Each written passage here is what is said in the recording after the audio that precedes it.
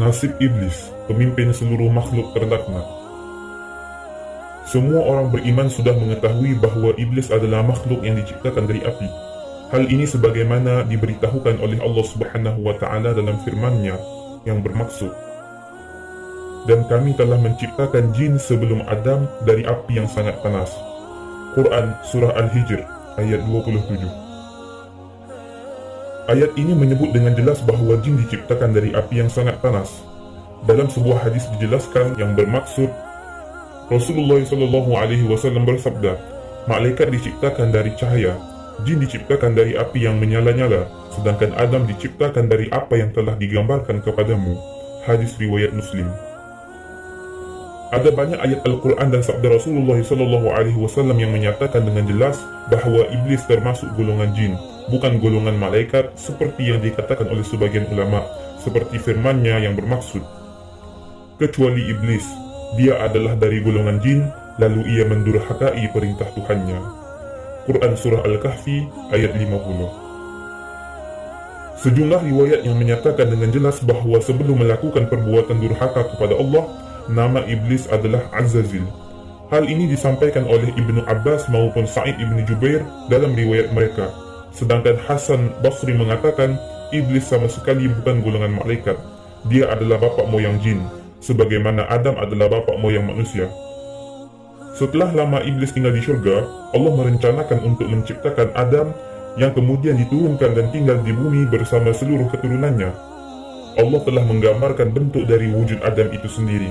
Maka iblis, pimpinan para jin yang paling banyak melakukan ibadah, memandangi dan memeriksa gambaran bentuk Adam tersebut. Sebagai makhluk yang cerdas, iblis bisa mengetahui bahawa Adam adalah makhluk yang mudah tergoda dan tidak memiliki ketabahan yang cukup tinggi. Karena itulah iblis mulai terjangkiti penyakit sombong. Ia merasa lebih baik daripada Adam. Ia berkata, "Jika aku menguasaimu, maka aku akan menghancurkanmu. Dan jika kamu menguasai aku, maka aku akan durhaka kepadamu."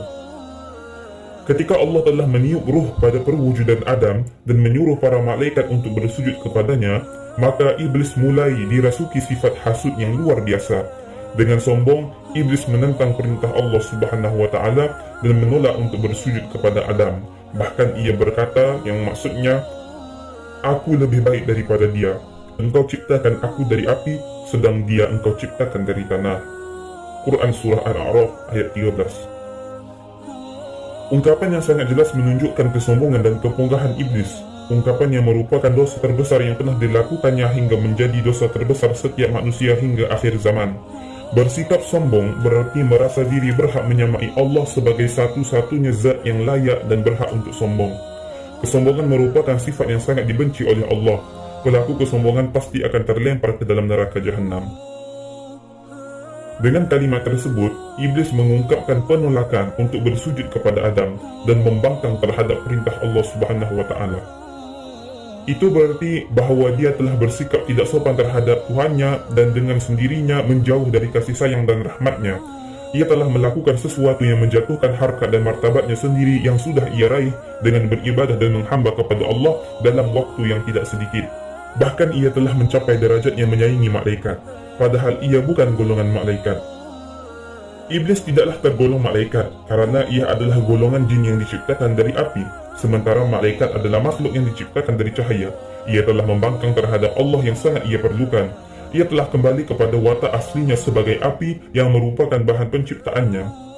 Karena menolak untuk bersujud dan hormat kepada Adam, maka iblis diturunkan dari Al-Mala' Al-A'la dan dilemparkan ke bumi sebagai makhluk yang rendah dan hina dina, tercela dan terancam akan mendapat azab neraka. Ia akan disiksa dalam neraka bersama jin maupun manusia yang menjadi pengikutnya. Dari sini bisa dipahami bahawa iblis mendapat hukuman karena sifat-sifat tercela yang muncul dari dirinya, sombong, ujub dan membangkang terhadap perintah Tuhannya, yaitu ketika ia menolak untuk bersujud kepada Adam sebagaimana diperintahkan oleh Allah Subhanahu wa Ta'ala. Penolakan itu didorong oleh klaim bahawa dirinya merupakan makhluk yang lebih terhormat dan lebih baik daripada Adam, maka tidaklah layak jika ia bersujud kepada Adam. Setelah diusir dari surga, iblis tidak berhenti dari kesombongannya. Ia tetap bersikeras menolak untuk bersujud kepada Adam, bahkan mengancam akan menghancurkan Adam beserta keturunannya. Karena itu, ia meminta diberi waktu dan dipanjangkan umur hingga hari kiamat kelak. Hal ini sebagaimana terakam dari dalam surah Al-A'raf yang bermaksud, Iblis menjawab, berilah saya penangguhan sampai waktu mereka dibangkitkan. Lalu Allah Subhanahu wa Ta'ala berfirman, sesungguhnya kamu termasuk mereka yang diberi penangguhan. Iblis menjawab, karena engkau telah membuat aku tersesat, maka aku benar-benar akan menghalang-halangi mereka dari jalanmu yang lurus. Kemudian aku akan mendatangi mereka dari depan dan dari belakang mereka, dari kanan dan dari kiri mereka. Dan engkau tidak akan mendapati kebanyakan mereka sebagai orang-orang yang bersyukur. Allah berfirman, keluarlah kamu dari syurga itu sebagai makhluk yang terhina lagi terusir. Sesungguhnya barang siapa di antara mereka mengikuti kamu, maka aku benar-benar akan memenuhi neraka Jahannam dengan kamu semuanya. Quran Surah Al-A'raf ayat 14 hingga 18. Ibnu Katsir mengatakan, hingga hari ini iblis merupakan makhluk yang diberi penangguhan oleh Allah Subhanahu wa Ta'ala. Mereka tidak menerima azab sekarang dan tidak akan pernah mati sebelum kiamat tiba. Setelah tinggal di bumi, iblis membangun singgahsana di tengah laut. Dia duduk di atas singgahsana tersebut sambil senantiasa mengirimkan pasukan yang bertugas untuk menghembuskan berbagai kejahatan dan fitnah di tengah manusia. Dalam hal ini, Rasulullah SAW bersabda yang artinya, dari Jabir radhiyallahu ta'ala anhu, Rasulullah SAW bersabda, sesungguhnya syaitan itu membangun singgahsana di atas air. Ia kirimkan pasukan di tengah-tengah manusia. Pasukan yang paling dekat kedudukannya dengan syaitan adalah yang mampu menghembuskan fitnah yang paling besar. Salah seorang dari mereka datang dan melapor, aku selalu bersama si fulan hingga aku tinggalkan saat mengatakan A dan B. Iblis berkata, tidak begitu, demi Allah kamu tidak melakukan apapun. Kemudian datanglah satu lagi pasukannya dan melapor, aku tidak meninggalkannya sebelum berhasil memecah belah antara ia dan keluarganya. Maka iblis mendekati setan tersebut dan berkata, bagus sekali. Hadis riwayat Muslim. Allah Subhanahu wa Ta'ala berfirman yang maksudnya, dan berkatalah syaitan tatkala perkara hisab telah diselesaikan, sesungguhnya Allah telah menjanjikan kepadamu janji yang benar, dan aku pun telah menjanjikan kepadamu, tetapi aku menyalahinya. Sekali-kali tidak ada kekuasaan bagiku terhadapmu, melainkan sekadar aku menyeru kamu, lalu kamu mematuhi seruanku. Oleh sebab itu janganlah kamu mencerca aku, akan tetapi cercalah dirimu sendiri. Aku sekali-kali tidak dapat menolongmu, dan kamu pun sekali-kali tidak dapat menolongku. Sesungguhnya aku tidak membenarkan perbuatanmu mempersekutukan aku dengan Allah sejak dahulu. Sesungguhnya orang-orang yang zalim itu mendapat siksaan yang pedih.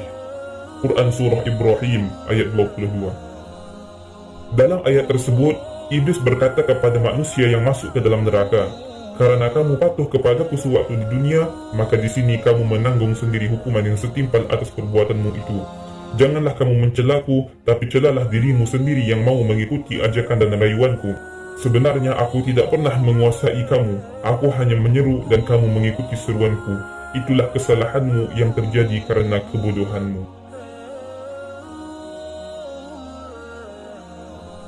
Demikianlah kisah iblis, sang pembangkang perintah Allah yang akhirnya berlepas diri juga dari mereka-mereka yang mengikuti seruan dan hasutannya.